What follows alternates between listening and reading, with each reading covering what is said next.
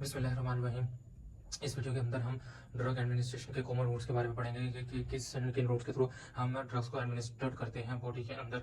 तो उसके अंदर सबसे पहले नंबर पे आएगा ओरल स्वैलोड। हम ओरली लेते हैं, स्वैलोड लेते हैं, यानी पानी के थ्रू हम या किसी भी लिक्विड के थ्रू हम थ्रू डाइजेस्टिव ट्रैक के अंदर डालते हैं मेडिसिन को। तो उसके अंदर सबसे पहले ओरल स्वैलोड होगा। ये ऑफर मैक्सिमल कन्वीनियंस, सबसे ज़्यादा आसानी से यही की जाती है।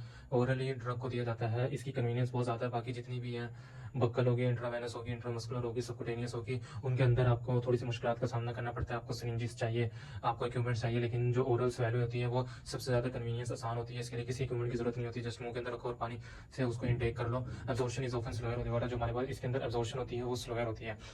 एब्जॉर्प्शन इसके अंदर स्लोअर होती है, यानी बहुत आहिस्ता आहिस्ता से ड्रग एब्जॉर्ब होती है बॉडी के अंदर। और इसके अंदर जो ड्रग होती है वो फर्स्ट पास इफेक्ट से होकर गुजरती है, फर्स्ट पास इफेक्ट से होकर गुजरती है। अभी हम थोड़ी देर बाद पढ़ेंगे कि फर्स्ट पास इफेक्ट होता है या क्या होता है। इसी फर्स्ट पास इफेक्ट की वजह से इसकी बायो अवेलेबिलिटी कम होती है। अब फर्स्ट पास इफेक्ट क्या होता है? A significant amount of the agent of drug, यानी कि ड्रग की एक सिग्निफिकेंट अमाउंट मेटाबोलाइज्ड हो इन दी गट वाल, गट वाल के अंदर मेटाबोलाइज्ड हो इन दी गट वाल के अंदर, और पोर्टल सर्कुलेशन के अंदर, हेपेटिक सर्कुलेशन के अंदर, और लीवर के अंदर before it reaches the systemic circulation, systemic circulation में पहुंचने से पहले एक significant amount of agent metabolised हो, एक significant amount of the agent metabolised हो गट वाल के अंदर, पोर्टल सर्कुलेशन के अंदर और लीवर के अंदर अपने वो सिस्टमिक सर्कुलेशन पे पहुंचने से पहले।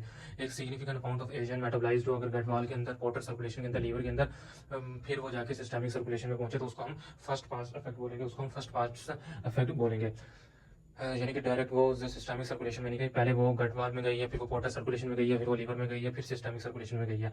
इसी फर्स्ट पास इफेक्ट से गुजरने की वजह से ड्रग की बायोअवेलेबिलिटी कम हो जाती है और बायोअवेलेबिलिटी कम हो जाती है। दूसरा हमारे पास तरीका है ड्रग को इनटेक करने का, वो है बक्कल एंड सबलिंगुअल नोट स्वैलोड। यानी बक्कल एंड सबलिंगुअल है, ये इसमें स्वैलो नहीं होता, इनटेक नहीं करते थ्रू लिक्विड, बल्कि इसको जुबान के नीचे रख लेते हैं हम, या इसको हम मुंह के अंदर बस रख लेते हैं। ये डायरेक्ट एब्जॉर्ब हो जाती है into the systemic venous circulation, ये डायरेक्ट एब्जॉर्ब हो जाती है इनटू सिस्टमिक वेनस सर्कुलेशन के अंदर। ये बाईपास करती है हेपेटिक पोर्टल सर्कल और first pass metabolism of the water. ये हेपेटिक पोर्टल सर्कल और फर्स्ट पास मेटाबॉलिज्म या फर्स्ट पास वेट को बाईपास करती है, यानी उसके थ्रू होकर नहीं गुजरती है, डायरेक्ट सिस्टमिक सर्कुलेशन में चली जाती है। अगर हम तीसरी की बात करें वो इंट्रावेनस है। इंट्रावेनस में कंप्लीट एब्जॉर्प्शन होती है ड्रग की, यानी डायरेक्ट हम वेन्स के अंदर ड्रग को पुट करते हैं, उसकी वजह से उसकी कंप्लीट एब्जॉर्प्शन होती है। इसी की वजह से अगर बाय डेफिनेशन देखा जाए तो इसकी बायोअवेलेबिलिटी 100% होती है, यानी 100% बॉडी को अवेलेबल होती है। और क्योंकि डायरेक्ट वेन के अंदर डाली है, ना ये एब्जॉर्ब, ना इसको एब्जॉर्ब होने की जरूरत पड़ी है, ना इसको फर्स्ट पार्ट इफेक्ट से गुजरने की जरूरत पड़ी है, ना ही गैस क्रिएट हुई है, डायरेक्ट ये डायरेक्ट हमारी वेन के अंदर गई है, हमारे ब्लड के अंदर शामिल हुई है। हाँ, किडनी के थ्रू थोड़ी बहुत रिमूव हो सकती है ये, लेकिन ये वाला जो प्रोसेस होता है ये पोटेंशियली मोर डेंजरस होता है, यानी कि आपकी अगर ड्रग की अमाउंट थोड़ी ज़्यादा या कम हो और वो आप ड्रग के अंदर डाल दो, आप वेन के अंदर डाल दो, तो वो उसके ऊपर असरअंदाज होगी, तो ये पोटेंशियली मोर डेंजरस हो सकती है।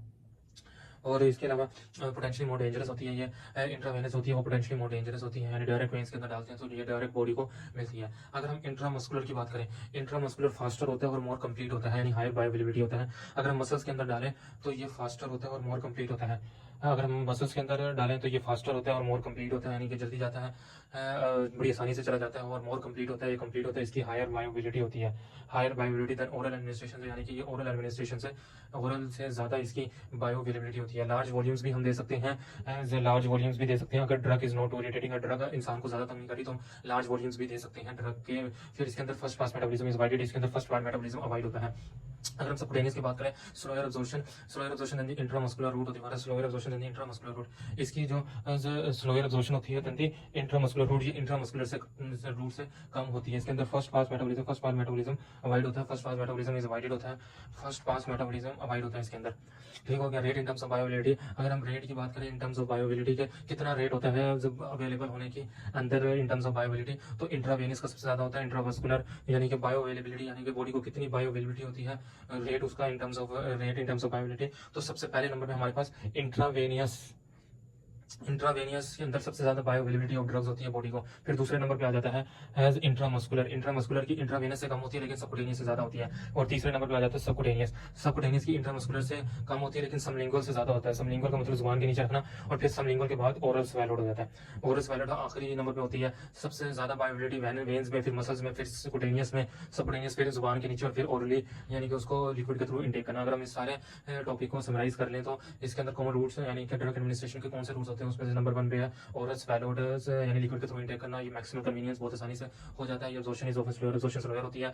ये फर्स्ट पास मेटाबॉलिज्म इसके अंदर इफेक्ट मौजूद होता है, बायोबिलिटी कम हो जाती है फर्स्ट पास इफेक्ट की वजह से। फर्स्ट पास इफेक्ट होता क्या है, ये एक significant amount of the agent जो एजेंट होती है वो metabolised in the gut wall में जाए, पोर्टल सर्कुलेशन में जाए एंड लीवर में जाए before it reaches systemic circulation में पहुंचने से पहले। दूसरा रूट ऑफ एडमिनिस्ट्रेशन होता है ड्रग का, होता है buccal and sublingual loan swallowed of the water, a direct absorption of the water, direct absorption to the systemic venous circulation of the water। ये systemic venous circulation के अंदर अगर हम जुबान के नीचे रखें नोट swallowed हो तो direct absorption होती है into the direct absorption into the systemic venous circulation of the water, direct absorption होती है into systemic venous circulation, direct absorption होती है into systemic venous circulation के अंदर। ये बाईपास करता है हेपेटिक पोर्टल सर्किट को और फर्स्ट पास मेटाबॉलिज्म को। इसके अंदर सबलिंगुअल के अंदर यानी अगर जुबान के नीचे रखते हैं इसके अंदर हेपेटिक पोर्टल सर्कल नहीं होता, फर्स्ट पास मेटाबॉलिज्म नहीं होता, ये डायरेक्ट अब्सॉर्ब होती है into the systemic venous circulation के अंदर। अगर हम इंट्रावेनियस की बात करें, इंट्रावेनियस इंस्टेंटेनियस होती है और इसके अंदर कंप्लीट अब्सॉर्प्शन होती है, वेन्स के थ्रू दी जाती है। बायोअवेलेबिलिटी इसके अंदर 100% होती है, एज पोटेंशियली मोर डेंजरस होता है। इंटरमस्कुलर फास्ट रूट कंप्लीट होता है, हायर वैलिडिटी होती है ओरल एडमिनिस्ट्रेशन से, लार्ज वॉल्यूम्स में भी given if the drug is not too irritating, अगर लार्ज वॉल्यूम भी दे सकते हैं ड्रग नॉट टू इरिटेटिंग है मसल्स के थ्रू, और फर्स्ट पास मेटाबॉलिज्म इसमें अवॉइडेड होता है। सबकुटेनियस की बात करें इसके अंदर स्लोअर अब्सॉर्प्शन होती है than the intramuscular route of the water, और ये first pass metabolism is avoided of the water. अगर हम रेट की बात करें in terms of bio availability of the water, तो बायो अवेलेबिलिटी ऑफ ड्रग सबसे ज्यादा इंट्रावेनियस में सबसे ज्यादा बायो अवेलेबिलिटी ऑफ ड्रग होगी, फिर इंट्रामस्कुलर होगी, फिर सबकुटेनियस, फिर sublingual and then oral swallowed. Thank you very much.